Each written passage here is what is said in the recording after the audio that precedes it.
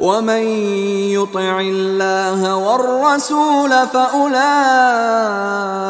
مع الذين أنعم الله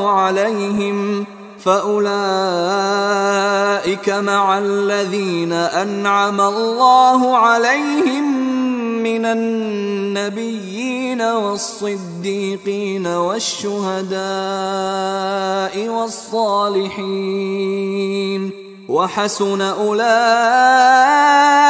رفيقا۔ اب اس کے بعد یہ اطاعت رسول کے موضوع پر جو عظیم ترین آیت ہے قرآن کی وہ آ رہی ہے۔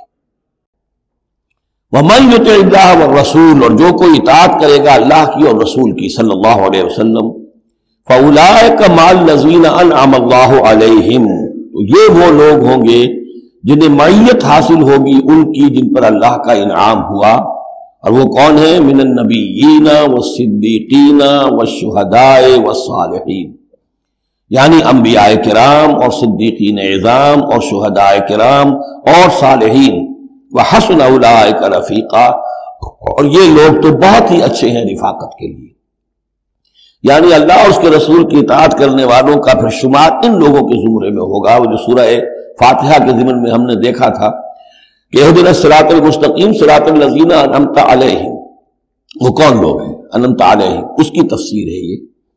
فاولئک مع الذین انعم اللہ علیہم من النبیین والصدیقین والشہداء والصالحین، ایک بیس لائن ہے، صالح مسلمان، نیک نیت مسلمان، دل میں خلوص کے ساتھ ایمان ہے، صالح ہے، حکم پر عمل کر رہا ہے، محرمات سے بچا ہوا ہے۔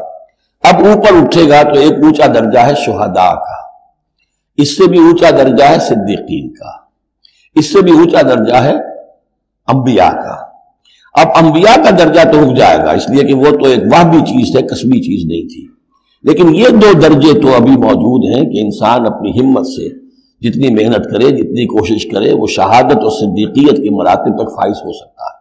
یہ مضمون پوری وضاحت کے ساتھ آئے گا سورہ حدید میں انشاءاللہ۔